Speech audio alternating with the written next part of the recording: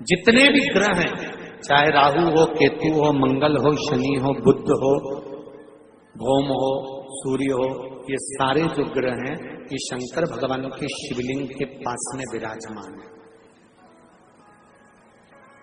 शिवलिंग के पास में विराजमान।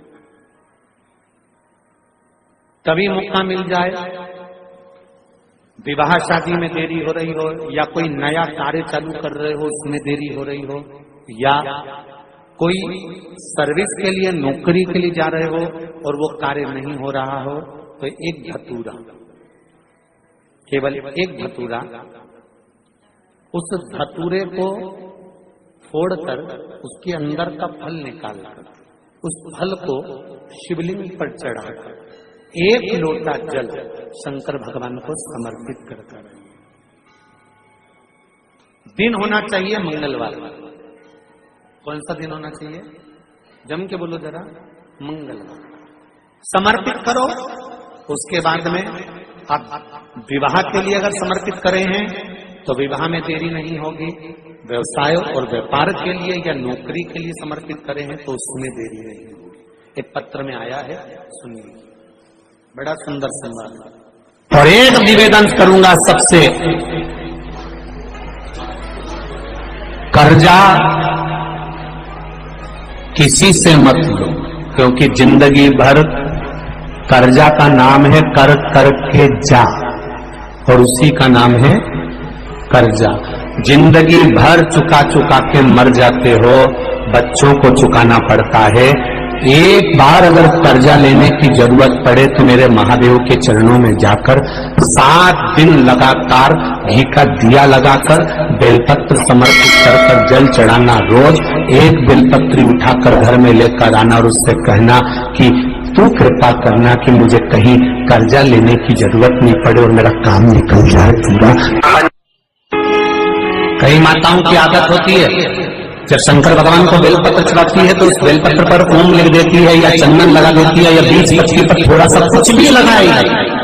भले चावल का दाना लगाएगी, भले वो चंदन लगाएगी, भले वो अष्टगंध लगाएगी, गुलाल लगा देगी, अबीर लगा देगी, कुछ भी लगाकर उस जगह पर लगाकर फिर भगवान को चढ़ाए। वो व्यक्ति जो भगवान शंकर को बेलपत्र जब समर्पित करता है और बीच की छत्ती पर चंदन लगाकर, मध्यस्थ जोड़कर, शहद लगाकर शिव को जब समर्पित करता है तो उसका भाग्य कितना भी विपरीत चल रहा हो, उसकी किस्मत की रेखा कितनी विरोधी, कितनी भी विपरीत चल रही है, वो अपने आप से बचता है, अपने आप से बचता है। उसको सुधारने के लिए कोई दूसरा नहीं आता। आप अपनी किस्मत को संवार सकते हो, आप अपनी किस्मत को संवारने में देरी नहीं कर सकते, आप स्वयं संवार सकते। एक परीक्षा में बैठने वाला व्यक्ति, एक परीक्षा में बैठने वाला लड़का लड़की कोई एग्जाम में बैठ रहे हैं, कोई परीक्षा में बैठ रहे हैं और वो एग्जाम निकल नहीं रहा, तो गाय के दोनों सींगों के अग्रभाग, ऊपर का भाग, उसको हमारे यहां कैलाश पर्वत माना गया, उस पर शहद लगाकर, उसके अग्रभाग में शहद लगाकर बेलपत्री के मध्य भाग में उस सींग का शहद लेकर मध्य भाग में लगाकर शिवलिंग पर चिपका दीजिए सामने, और ओमकार का नाद कर कर उस पत्ते को निकाल लीजिए।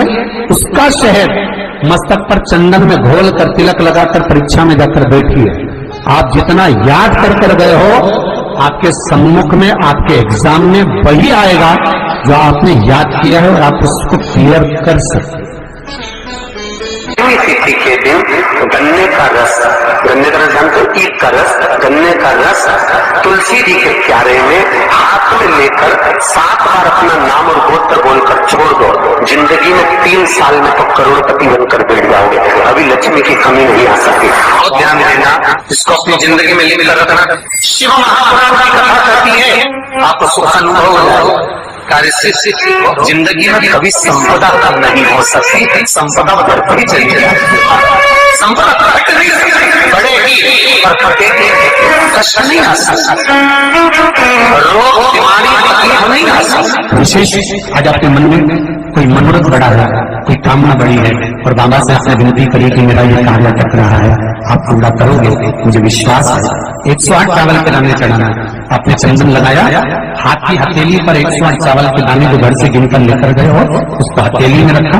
एक एक चावल का दाना भी चढ़ाया, हथेली में रखकर जो विशेष कामना 108 अक्षत के दाने हाथ में हो और आपकी कामना कर कर जिस कार्य के लिए आपने बाबा को आज स्पर्श किया है, हाथ में लेकर जहां आपने चंदन लगाया है उसी जगह पर हथेली से बाबा को चंदन वाले स्थान पर उस 108 चावल के दाने को रख देना चाहिए, छोड़ देना चाहिए, वो लगा देना चाहिए। जब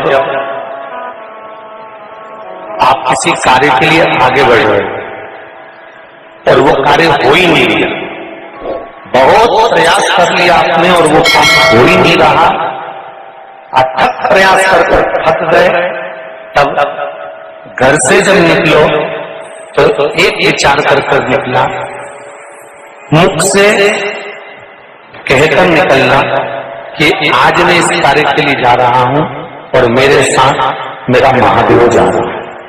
कौन जा रहा है? महादेव जा रहा है। वापिस आओगे, ज्यादा से ज्यादा ये होगा 15 दिन, 20 दिन, 25 दिन, 30 दिन लगेंगे। जो कार्य कर आए हो उसका रिजल्ट आपके पक्ष में जरूर आएगा, क्योंकि महादेव को आप सांस लेकर, जिसके घर में कमाने वाले 2-4 हैं, पैसा तो आ रहा है और घर में टिक नहीं रहा, डॉक्टर में, पुलिस में, एक्सीडेंट आदि में, कहीं गलत जगह पर व्यसन में अगर पैसा जा रहा है, जुए में, मांसाहार, मदिरा पान, या कहीं आया पैसा आने में कमी नहीं है, आ रहा है पर टिक नहीं रहा, रुक नहीं रहा, कोई मांगने आ गया, दे दिया, फिर वहां से अपने पास नहीं आ रहा, अपन कह रहे भैया हमारा पैसा लौटा दो, नहीं आ रहा। तो महाराज शिव महापुराण की कथा कहती है, एकादशी के दिन गंगा के जल में मात्र 7 बेलपत्री डालकर जो नंदीश्वर भगवान अर्थात जो शंकर जी के शिवलिंग के सामने नंदी होता है, उस नंदी के चरण पर गंगा का जल चढ़ाकर बेलपत्री शिव पर समर्पित कर देता है, उसके घर में रुपया रुकना चालू हो जाता है, फिर वो गलत जगह पर नहीं जाता, गलत स्थान पर वो धन जाएगा ही नहीं। बेटा अगर व्यसन में पड़ा हुआ है, मदिरा पान में पड़ा हुआ है, मांसाहार में, जुए आदि में जा रहा है, तुम्हें लग रहा है कि मेरा बेटा गलत मार्ग पर जा रहा है, ये मित्र दोस्ती गलत हो रही है, वो सही जगह पर जाए। कई लोग इसको धन के लिए भी करते हैं, संपदा के लिए, संपदा के लिए अर्थात जिसका व्यापार नहीं चलता, जिसके घर में पैसा नहीं आता, या नौकरी नहीं लग रही, या सर्विस नहीं लग रही, आप अप्लाई कर रहे हो, जगह जगह जाकर इंटरव्यू भी दे रहे हो और पैसा नहीं आता, तो उसके लिए भी प्रयास किया जाता है। पर उसके लिए यहाँ पर जो धन के लिए करते हैं, उसके लिए विष्णुपदी के लिए करते हैं। मतलब जैसे गंगा के जल में तुलसी के 11 पत्ते डाले जाते हैं। कितने पत्ते डालते हैं?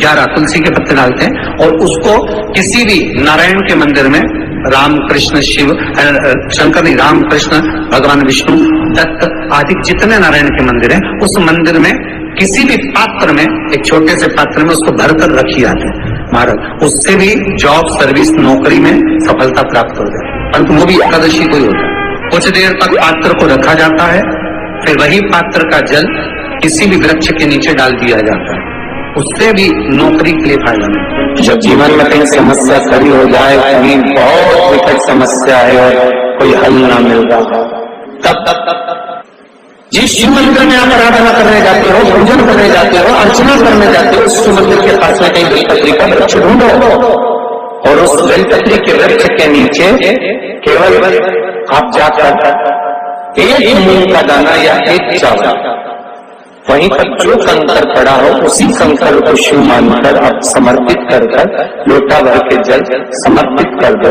आपको ये नहीं कि माला पकड़, आपको ये नहीं कि मंत्र का जाप करना, आपको ये नहीं कि आपके मंदिर में जाकर आपने जल चढ़ा दिया, शिव से डायरेक्ट कर दिया कि मेरी ये समस्या बड़ी विकट है, उसका निवारण आज ही होना है।